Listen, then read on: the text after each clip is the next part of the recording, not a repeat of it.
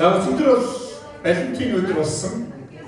Хүмүүс төрсөн өдөр, Валентин өдөр, эзний өдөр, за маш олон өдрүүдийг хүмүүс тэмдэглэдэг мөн үү? Харин шүүлтийн өдрийн талаар хүмүүс ямар бодол санаатай байдаг болов уу? Шүүлтийн өдөр бол бидний амьдралын сүүлийн өдөр байх болно.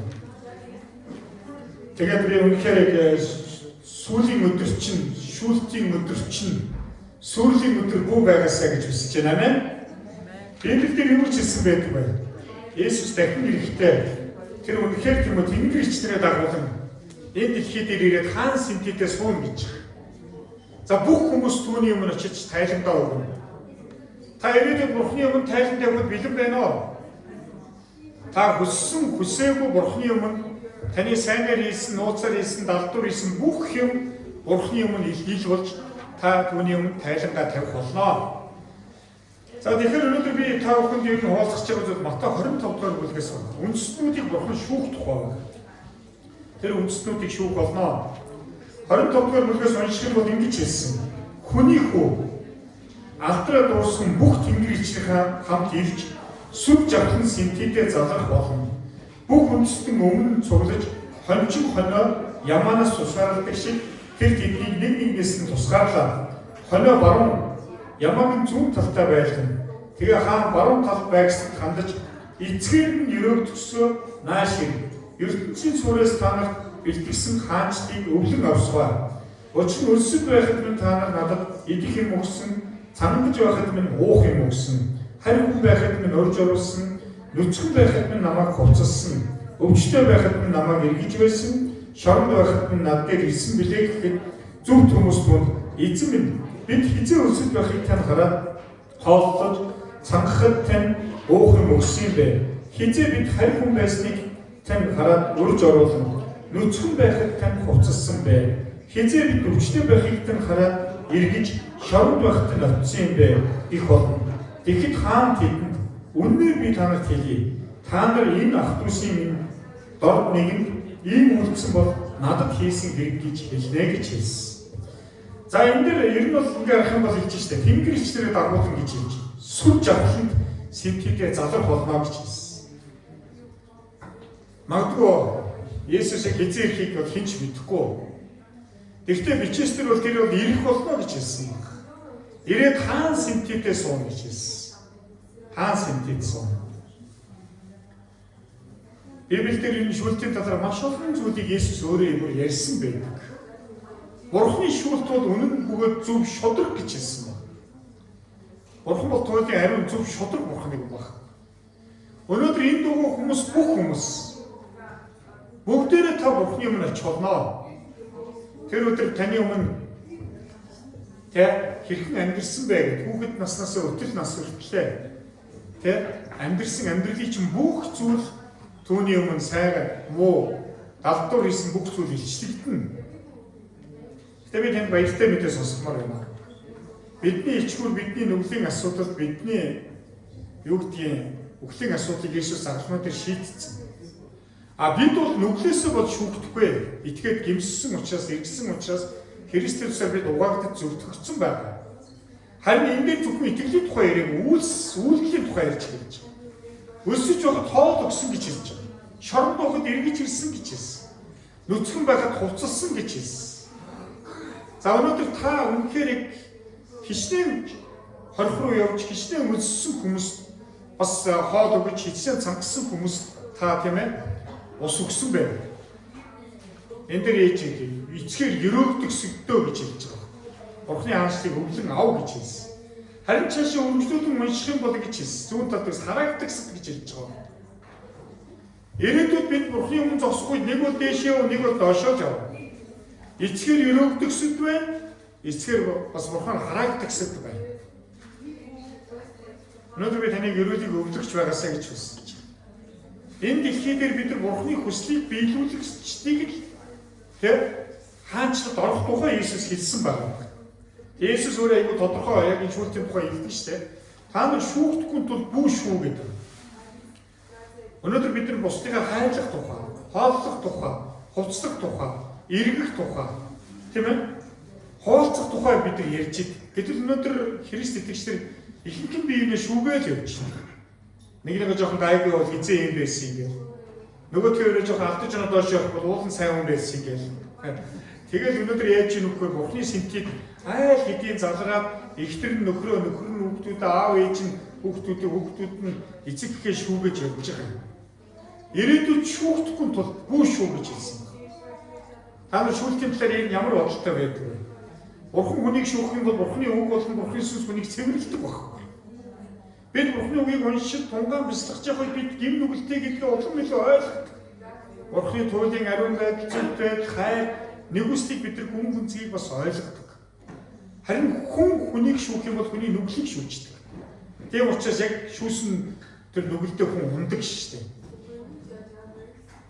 Маш олон хүмүүс би ичгсгээ ийм өдөө суухгүй, би эзэж энэ шиг арх уухгүй, би эзэж тэхгүй гэж ярьж байдаг. Ам тагааг өгч идэг.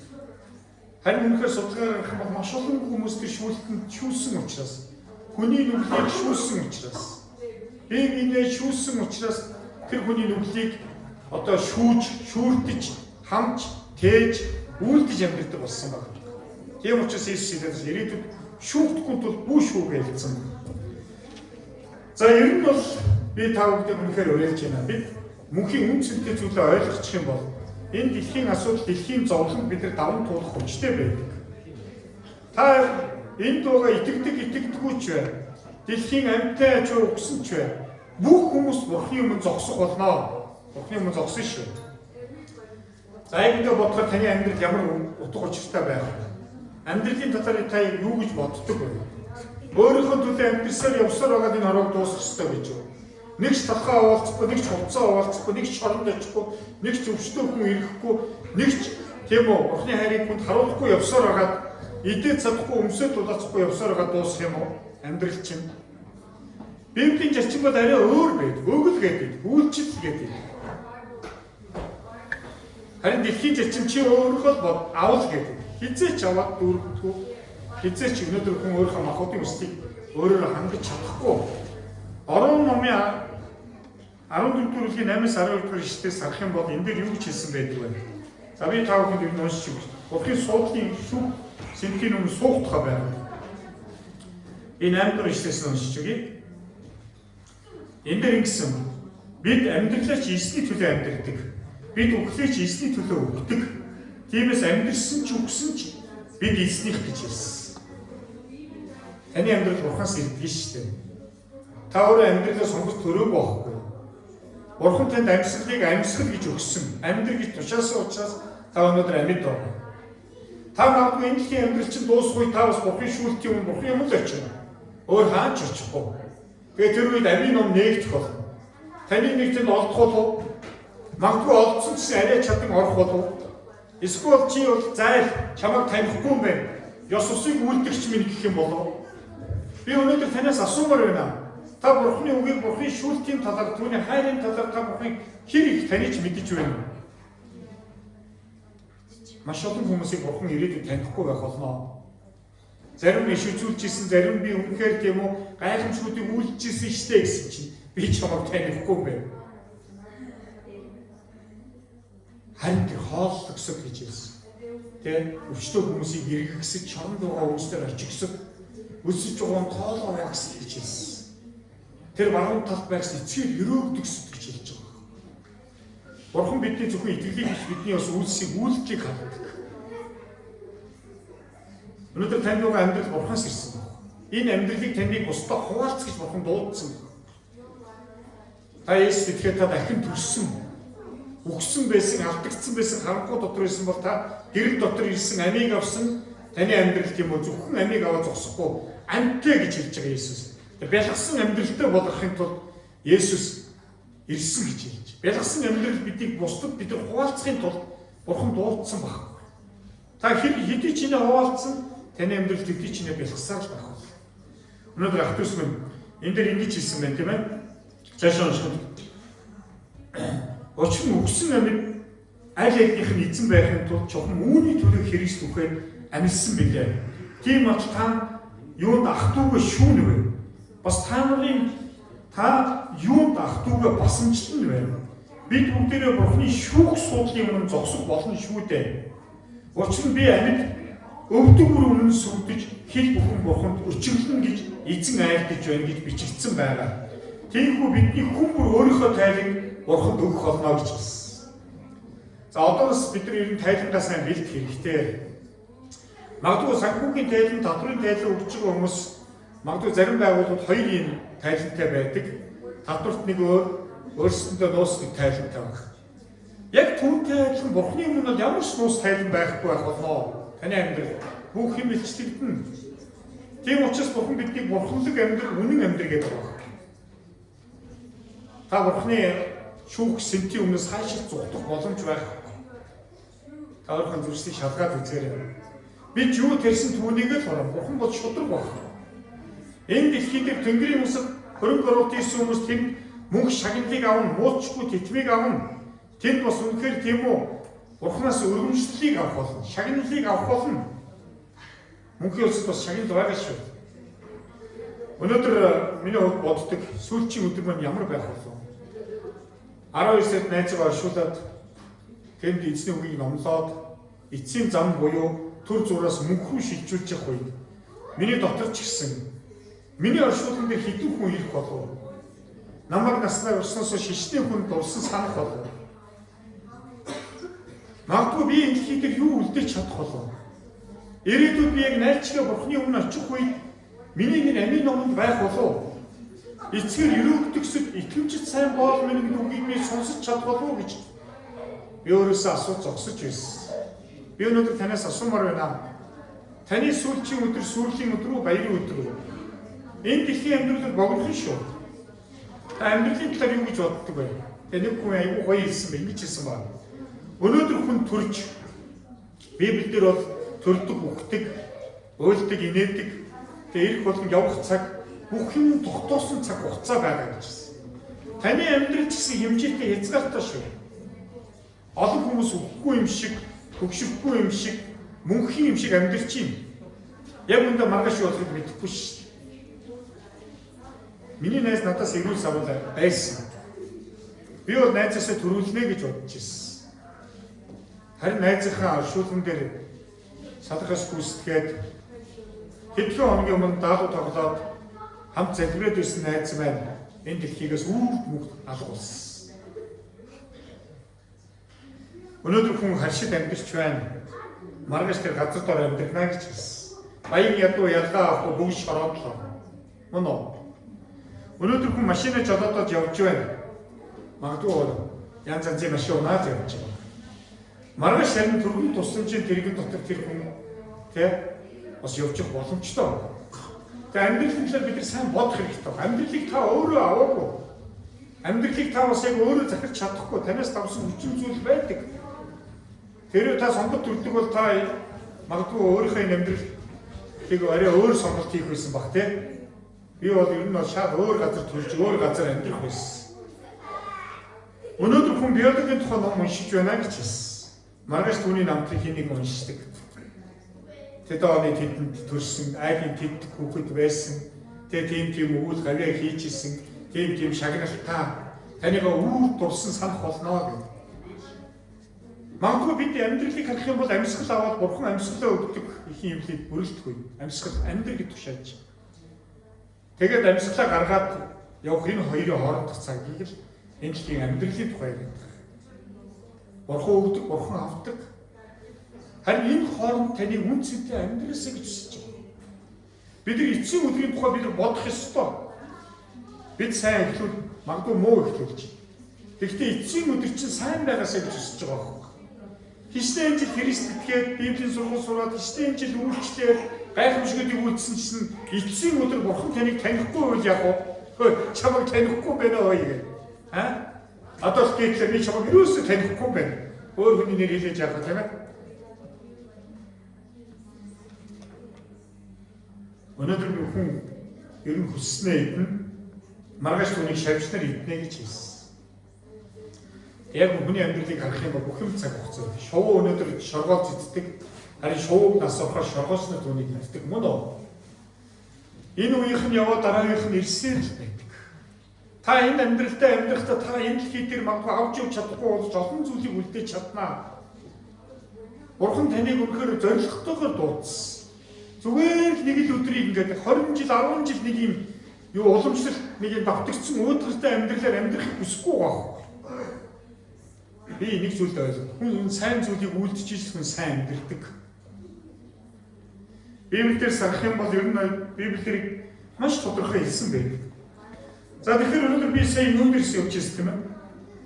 Өнөөдөр хүн байшиндаа амарч байна. Маргааш тэр авсан дотор амарч амар тавь нойрстой гэж тэд хэлэх болно гэж хэлсэн. Хатуу боловч үнэн энэ бүхний эцэс ер нь эцсийн өдөр, шүүлтийн өдөр амьдрал гэж юу вэ?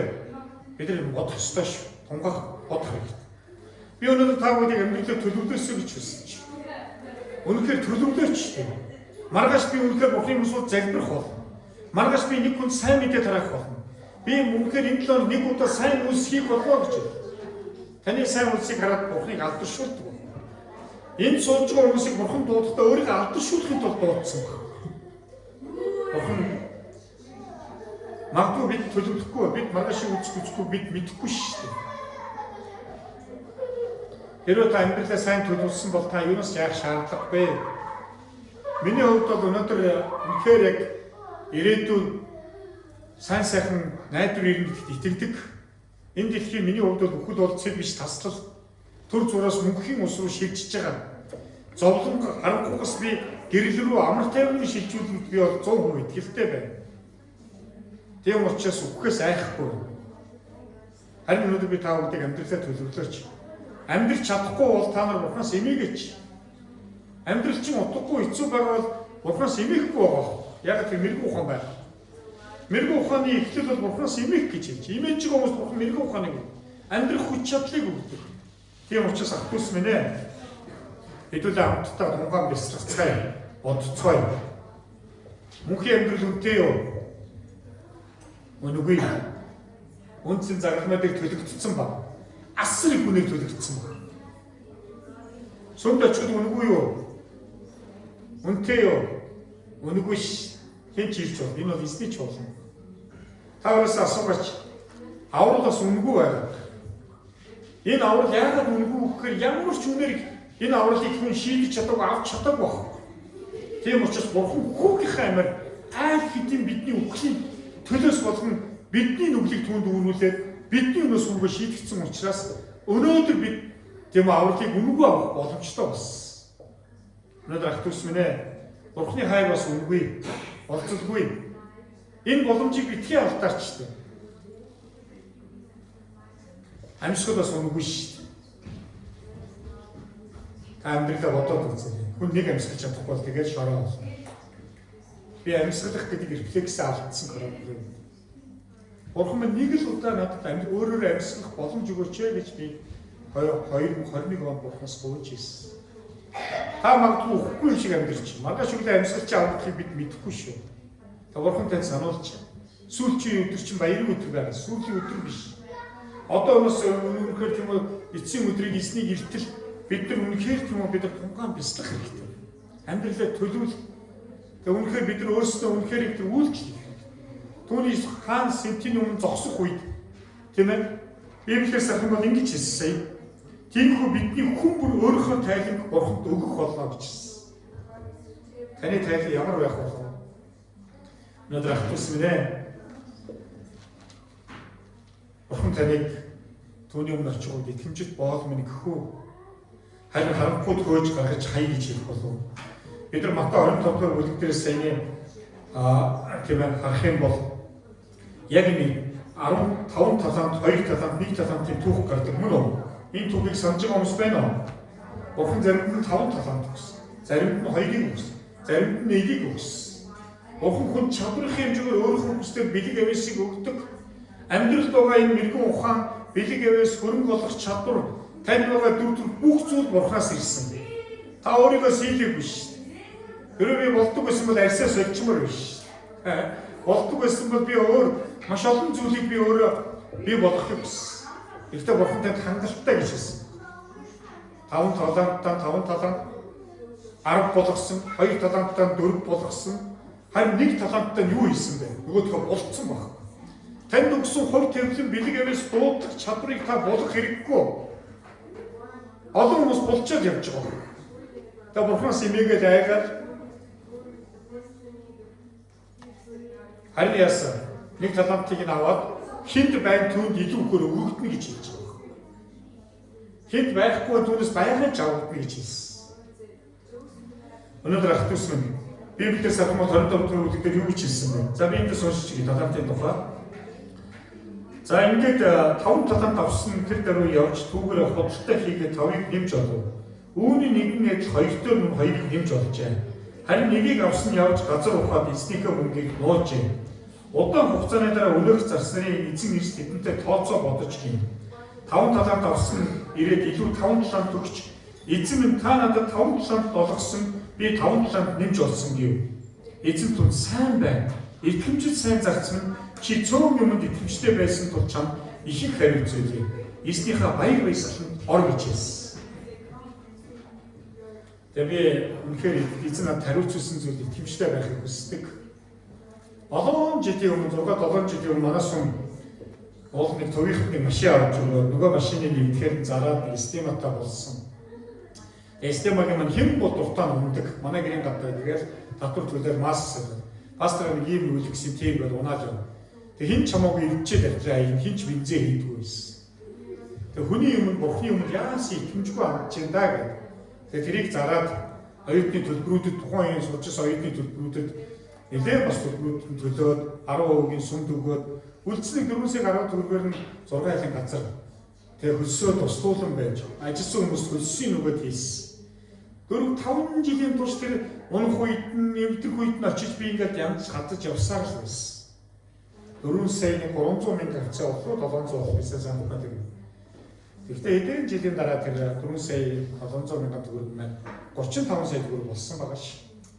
Тэр зөвхөн нэр нь оролцсон хүмүүст л шагнал өгсөн. Харин үлдсэн мөнгө нь одоо тэр чуулганы байранд орсон байна.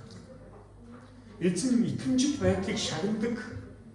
Энэ чуулгыг хэлсэн цагаас ахуулаад эзний юм бол эзнийх бидний юм бол биднийх гэдэг хандлагаар хандаж эхэлсэн. Энэ чуулганы санхүү хүмүүсийн амьдрал санхүү бол үнэхээр Бурхны хамгаалтын дотор байдагт итгэдэг. Яагаад гэхээр маш цэвэр байгаа, зөв юм зарцуулагддаг. Та нарын өргөл 100% эзний хаанчлал зарцуулагддаг. Та нарын өргөл тахил болон Бурханд очдог. Тийм учраас өнөөдөр эзэн бол итгэмжид сайн боол минь гэж хэлж байгаа. Миний хувьд итгэж байна. Дараагийн өдөртөг шиг гарч ирээ. Энэ 10 хэдэн жил болохдоо энэ чуулга нэг ч хасах руу орж үтсэнгүй. Маш олон үйлчлүүдийг хийсэн чи эзэн хангасаар л ирсэн. Яагаад гэвэл бид нар Бурхны хариуцуулж өгсөн итгэмжтэй байгаа учраас энэ чуулганаар дамжуулж Бурхан өчнөө олон зүйлийг хийсээр ч байна. Тэгэхээр өнөөдөр би танаас асуумаар байна. Харин яасан бэ? Нөгөө нэгийг булсан нөхрөөс талантыг аваад 10 хүн Бурхан нэмээд өгчдөг. Яг өнөөдөр харахаар хүмүүс итгэмжгүй байдлаасаа болоод Бурханы өрөөлийг авахгүй хөлсөө тусдуулан ажил хийгээд хувь ачаагаа яваад байгаа юм амьдрал нь өртөө асуудалтай яваад байгаа. Харин итгэмжит байдлыг эзэн шагнаж Дэвс нөгөө нэг таланттай үнийг энэ тусгүй боолыг ханхуд хөөж гарах тэнд уурлын шүд тавирах бөө гэж хэлж байгаа.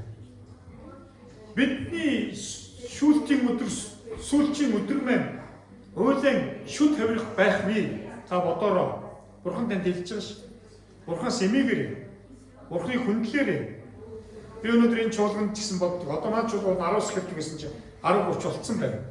Одоо 10-30-аас хийдэг бол хэдүүлээ тийм ээ. 30 минут сунтаад ирэх эзний өдрөө. Одоо өнөөс 10-30 болцсон шүү. Заяа чуулган. Амин. Тэгээд хэдүүлээ тийм ээ Бурханы одоо мэрэгэн ухаан дотор биеийнхээ хайрлж, энэрэнгүй байж тэгтээ бид нар Бурханаас имэж Бурханы хүндлэх гэсэн. Би бол бүтэн өдөр бол ер нь бол 5 цаг тусдаг шүү дээ. Номлоо бадсан, тунгаан бясалгана. Яагаад тэгж их босдох юм болов? Эзэн хайртай баг. Хамгийн түрүүн дээрээ та нарын сууж байгаа сандлыг чинь засаад засч байна. Яагаад би эзэнтэй үйлч хийж байна? Би Бурханд үйлчилж ийн гэдэг энэ гал халуун сэтгэлээр би өглөө 9-ний өдөр би босдог. Хайртай учраас хоцорчихгүй юм шиг. Тэгэхээр өнөөдөр ахын дүүс минь ээ. Бурхан сайн муу гэж ялгаагүй. нууцсан бүх юмыг ил болгоно. Таны сайнаар хийсэн, нууцаар хийсэн бүх юм Тэнгэр шагналаа. Та нууцаар нэг хүнд аяг ус өгсөн ч гэсэн та шагналаа алдахгүй шүү дээ. Ус өгсөн ч. Та түрүүлж ирээд нууцаар ингэ самлагдсаад байж байгаа чинь Тэнгэрийн бурхан харж байгаа шүү. Эзэн өөрийнхөө сүмд өөрийн сүнсээр ашгүйгээр оршдог баг. Хүний гаднах байдлыг зөрчлийг хардаг. Та бурхантай яаж хандж байна? Үнэхээр хүндэлж имэж түнд үүсэх зүрслэр ирж байгаа бол бурхан танд үйлчлдэг шүү дээ. Та бурханы хааш зүрх байдлыг хайхгүй тэгээд нэг мо 5 минутын ойрносоо болоод би танд юу хэлэх вэ? Энэ бол итгэмжит байдал шүү. Ах トゥ ус минь ээ. Номлогчийн үгс номын 12-ийн 13 дахь ишлэлтэй. Би та бүдгийг номлогчийн үгс номыг үнэхээр уншаасаа гэж хүсэж байна. За бүгдээр нь шавхатаа болж байна. Номлогчийн үгс номыг бол бичсэн хүн бол энэ дэлхийн тэгээ түүнээс өмнө түүнээс хойш тийм мэрэгэн ухаантай хүн байхгүй. Энэ бол хуучин гэрээний үед хэлэгдсэн үг шүү. Одоо Соломон хаанаас мэрэгэн ухаантай байх боломжтой шүү. Яагаад? Эзний сүнс бидний дотор байгаа. Эзний сүнс бүх зүйлийг мэднэ, бүх зүйл дотор удирдах үнэн хөдлөх чадaltaй. Тэгээ Соломон хаан юу гэж хэлсэн бэ гэхээр энэ өдрүүдэд хэлсэн. Бүх юм хов хоосон гэж хэлж байгаа. Сахины араас хөөсөлттэй адилхан. Та өөрийнхөө амьдралын хийж байгаа зүйл, бодож байгаа зүйл, амьдарч байгаа амьдралыг шалгаад үзээрэй. Юуны төлөө амьдарч байгаа юм бэ? Тэгээ бурхны өмнө очисон чинь энэ тусгүй, энэ нөхрийг харахгүй тай гэж таныг танихгүй юм байна гэж хэлээд яах вэ? Би чуулгамжтай, итгэмжтэй байсан, үйлчилж исэн, иш үзүүлж исэн, өштэй гайхамшиг үйлдсэн би ингэж исэн гэж би чамайг танихгүй Есүсийг үйлдэж чадчихвал яа. Өнөөдөр ах トゥ ус минь бид нар номлогчийн үгс номоос харах юм би эндээс таах нь уншиж өгье.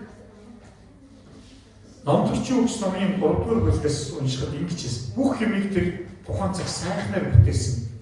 Хэдийгээр хүн бурхны үйлдсэн ажлыг тийм үү эхнээс нь эцэг нүрт ойлгохгүй ч гэсэн тэрээр хүчрхэг хүмүүний зүрхэнд үр дүнхийг суулгажээ гэж хэлсэн. Бурхан таны зүрхэнд үр дүнхийг суулгасан. Юу үнэн юун зүгийг ялгах чадварыг таны дотор өөрийн сүнсээр өгсөн байна. Тэгээд цаашаа унших бол ингэж хэлсэн. Хүмүүсийн хувьд амьдралд сайныг үйлдэх хийгээд баярлаж багтахаас илүү дээр юм байдгүй болохыг би мэдсэн. Түүгэрч үл барам мэдж ууж эрхэлж буй бүхий л ажилдаа сэтгэл хангалуун байх аваас энэ бурхны бэлэг буюу гэж хэлсэн. Та амьдралд сэтгэл хангалуун байна уу? Ямар хүн ерөөсөө сэтгэл хангалуун бус амьдралыг бусдыг хайрлах чаддаггүй хүн, өгдөггүй хүн, үйлчлдэггүй хүн хизээ сэтгэл хангалуун амьдралдаггүй. Хүн ер нь ямар үед баяртай байдаг вөхөр хүний амьдрал өөрчлөлтийг харах, хүнийг баярлуулж байгаа хүн өөрөө баяртай болдог. Би өсөж байгаа хүнний хоол өгчөөд, өвдөж байгаа хүнний төлөө залбираад, өхөл рүү явж байгаа хүмүүс сайн мэдээ тараачаад, эргээд тэр хүмүүсийн амьдрал өөрчлөгдсөнийг харахтаа миний хувьд үнэхээр аж аргалтай болдог. Нэг хүн аврагдсан мэдээг сонсохдоо би баярлдаг, үйлдэг. За ээжтэй, харьяачтай гэж хэлсэн хүний амьдрал өөрчлөгдөхийг харахтаа бурханд алдрыг өргөж талархдаг. Олон хүмүүс өнөөдөр өөрсдийнхөө амьдралыг харамлаар өөрсдийнхөө төлөө яваалах. Таны амьдрал гэж байхгүй. Би танд үннийг хэлье. Энэ бүх зүйл бурханаас ирсэн бэлэг. Та өдөр болгон бурханд талархж, өдөр болгон бурханаа хүч чадлыг гуйж, бурханд найдаж, бурханаас имэж, бурханы үгийн дагуу алхаж явах юм бол бурхан таны амьдрал гайхамшиг хийн. Таны өмнө зогсож байгаа сул дорой биш. Танаас сул дорой биш. Та энэ дотор байгаа хүмүүс хамгийн сул дорой бие гэж. Танд боломж байна шүү дээ. Та боломжуудыг ашиглаач. Хувь тавилангийнхаа үнэхээр тийм үү тэр шалом гэдэг үгийг ойлгооч. Ямар ч дуусч, дундаж зүйл бай, энэ гэмтэл байхгүй. Энэ амар амгалаг бурхан үгэнгээ айлтцсан шүү. Тийм учраас ах トゥ ус минь ээ. Бид нар сайн тунгаан бодъё тийм ээ. Эндээс чи ингэж хэлсэн. Бурхны хийсэн болон үрд мөнхөд үлдэхийг би мэдлээ гэж хэлсэн. Үрд мөнхөд үлдэх. Түүнд нэмэх буй түүнээс хасах юу ч байхгүй байж. Бурхан ийхүү үлддэг учраас хүмүүс түүнээс эмээх учиртай юм. Юу байж байсан тэр нь одоо ч байна. Ирээдүйд болох юмс яг хэдийн байсан. Бурхан өнгөрснийг ийхүү хайдаг. Шүүлт ба ирээдүйд Бурханы мэдэл гэсэн байна. Би мөн наран дор өмнө шударгийн орон муу зөвийн орон буруу норчлыг харсан. Зөвхт ба буруудын аль хэдийг нь бурхан шүүн гэж би зүрхэндээ хэлв. Учир нь бүх үтэл бүх үйлсэд түүний тогтоосон цаг хугацаа буу гэж хэлсэн. Зөвхт буруудыг бурхан шүүнэ гэж хэлж. Бүгдийн шүүн. Бид нар бол өөрсдөө бурханы үгээр өдөр болгон шүүх хэрэгтэй. Хүний амьдралд хизээч одоо юу гэдгийг бурханаас өгөгдсөн бүхэн өгтлээ магадгүй өөрчлөгдөхгүй зам чанарч байж болно. Бид устдыг өөрчилж чадахгүй байна. Харин бид өөрсдөө өөрчлөх боломжийг бурхан бидэнд өргөлж өгдөг. Тэгэхээр ах トゥ ус минь ээ, би өнөөдөр та бүхэнд юу хэлэх гээд юм гэхээр энэ дээр ингэсэн номлогчийн үгс 12:13 дээр сүүлд ингэж хэлсэн. Энэ бүхнийг дүгнэхэд гэж хэлж байгаа. Соломон хаан бичсэн шүү дээ. Амьдралын бүх баялаг байсан, өчнөө их нэртэй байсан, алт мөнгө бол ерөөсөө бараг л хог шиг болсон тийм үед түүний мэрэгэн ухааныг үзэх гэж энэ тэндээс хүмүүс иржтэй түүний мэрэгэн ухааныг үзэх гэж ирж ирсэн. Бурхан үнэхээр ухаарын ялах зүрх мэрэгэн ухааныг түүнд өгсөн. Соломон хаан яагаад бурхан таалагдсан бэ гэхээр Соломон хаан эд баялаг ирэх мэдэл дайсныгаа өгөхийг гуугаагүй байхгүй. Соломон хаан бурханаас юу гуйсан юм? Ухаарын ялах зүрхийг гуйсан учраас бурхан таалагдаад түүний гуугаагүй зүйлийг нэмж өглөө гэж хэлсэн байна. Тэгээ Соломон эцэст ингэж хэлсэн. Хүний амьдралд яг ингэ арах нь бүх юм хоосон гэж хэлж байгаа. Бүх юм хоосон. Тэгвэл бүтээгчээ санахтун гэж хэлээ. Хамгийн сүүлд номлогчийн ном дээр ингэж хэлсэн байна. 12:13-аас энэ бүхнийг дүгнэхэд бурханаас имэж гэж. За бурханаас имэж шүү. Түүний тушаалыг дагахтун гэж хэлсэн. Бурханаас имэх нь мэрэгэн ухааны эвлэл гэж хэлсэн. Түүний тушаалыг дагахтун. Таныг эзний үдийг ариунаар сах гэж бурхан хэлээл авах шүү. Та ариунаар сахихгүйс одоо таны амьдрал дайсан цөлмүүлээд байгаа. Амар тайван байхгүй болно. Тэгэхээр аюу бурханы хамгаалалт байхгүй болно. Маш олон хүмүүс өнөөдөр бурханы тушаал та тушаалыг дагах юм бол бурхан бол тушааландаа итгэмжтэй байдаг. Тэгээд энэ хүн бүхэнд хамаарна гэж хэлж байгаа. Хүн бүхэнд хамаарна. Сайн муу гэж ялгалгүй нууцлагдсан юм бүрийг бурхан бүх үлсийг нь бурхан шүүлтэд аваачих болно гэж хэлсэн. Сайн зүйл хийсэн хүмүүс яах вэ? Шагналаа авна. Муу зүйл хийсэн хүмүүс яах вэ? Шийтгэл авах болно. За тэгэхээр би өнөөдөр та бүхэнд 1-р Петр номын 1-ээс уншиж өгье. Өнөөдөр бидний хувьд бол юу гэж хэлэх гээд байна вэ гэхээр бурхан биднийг энэ амьдралтай сайн нэрв байгаасаа гэж хүсэж байгаа. Та амьдралээ дэмий хоосон бити өрн тараагач. Таны амьдрал биш бурханы амьдрал. Бурхан таныг үнээр худалдаж авсан гэдгийг мэдэхгүй юу гэж хэлсэн. Бурхан өөрийнхөө хүүгийн үхлээр цусаар таныг худалдаад авсан. Та одоо өөрийнхөө төлөөс та бурханы төлөө амьдрал. Үгсэн ч бурханы төлөө амьдрсан ч бурханы төлөө. Таны бие махбод амьдрал чинь бурханых. Та өглөөс ирээд баярлалаа бурхан минь ээ. Энэ өдрийн эзэн байгаарай гэж та чинслээсээ залбирх үед тэр өдөр эзэн итгэмжтэй таны эзэн байгаа. Гэтэ үг биш үйлдэл байна. Мөн үү? Таны санхүүгийн эзэн хэн бэ? Бурхан яг мөн үү? Та бурханаас асуугаарай. Та яг миний санхүүгийн эзэн мөн үү? Тэгээ эзэн бол мэдээж мөнгө гэх баг. Тэгээ чи надаас бити хулгайлах гэж байна шүү дээ. Намайг лөвөр дээр наад чи.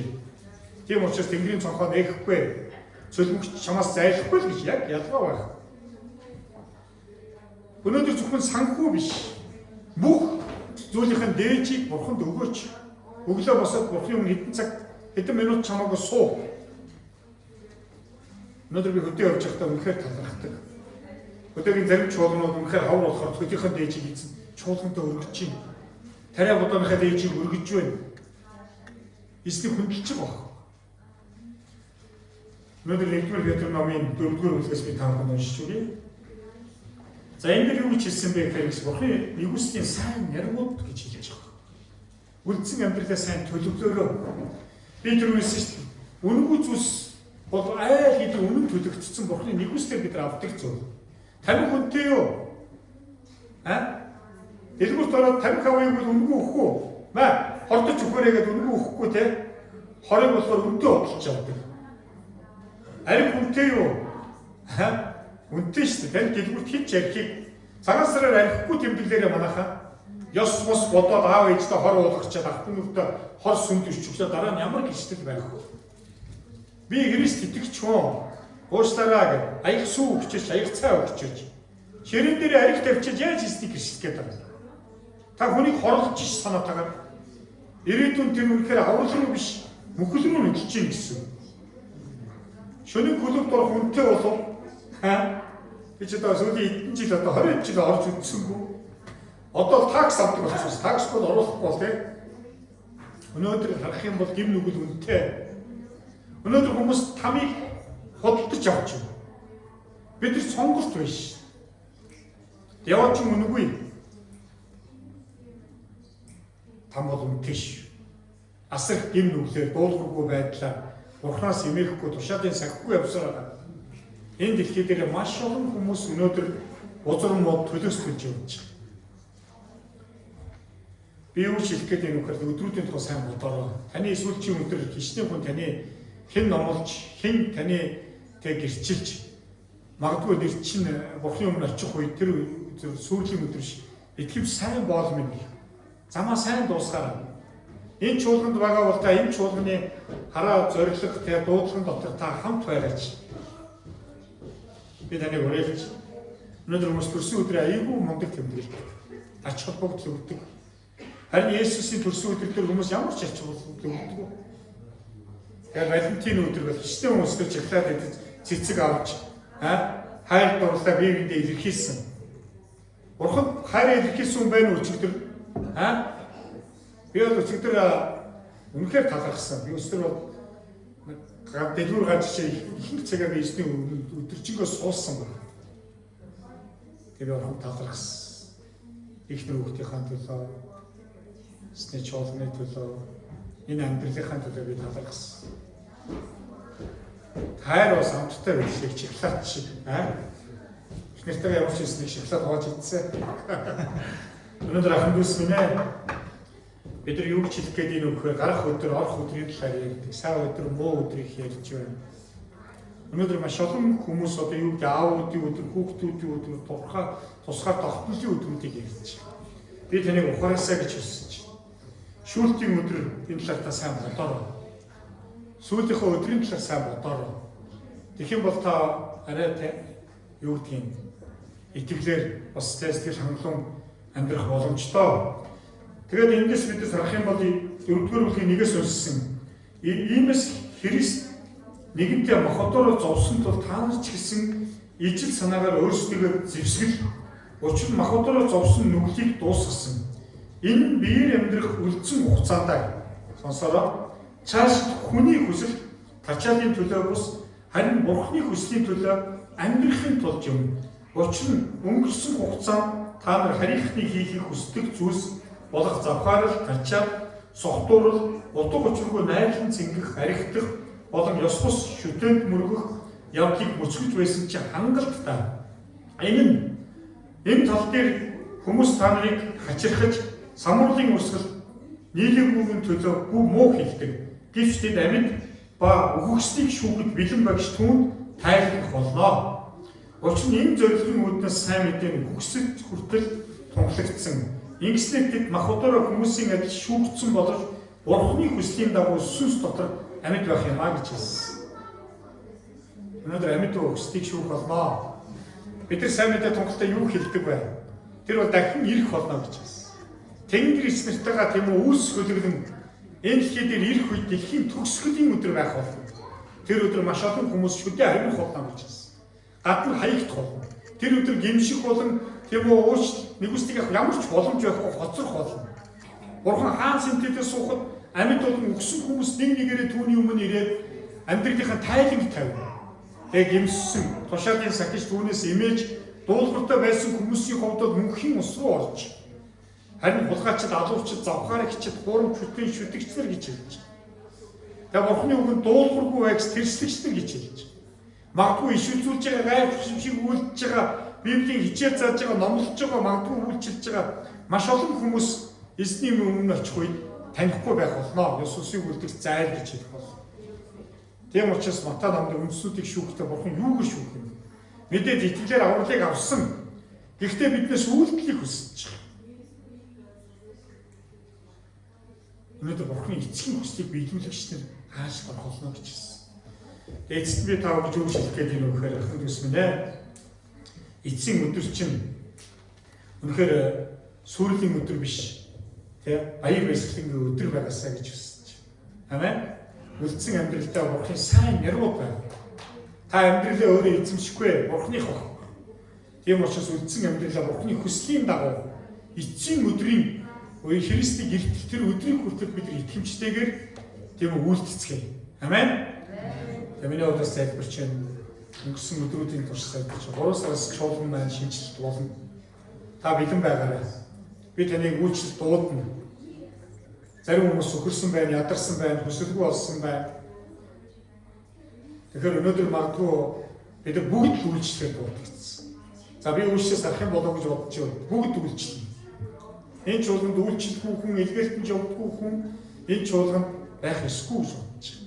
Ягаад гэхээр ирээдүйд таны шагнал тэнд тийм агуу байгаасаа гэж хүсэж байна. Амен. За тийм учраас сүүлийн өдөр чинь Бурхны нэгүсэл өрөөл дүүрэн байх болтугай гэж Есүсийн нэрээр залбирч байна. Амен.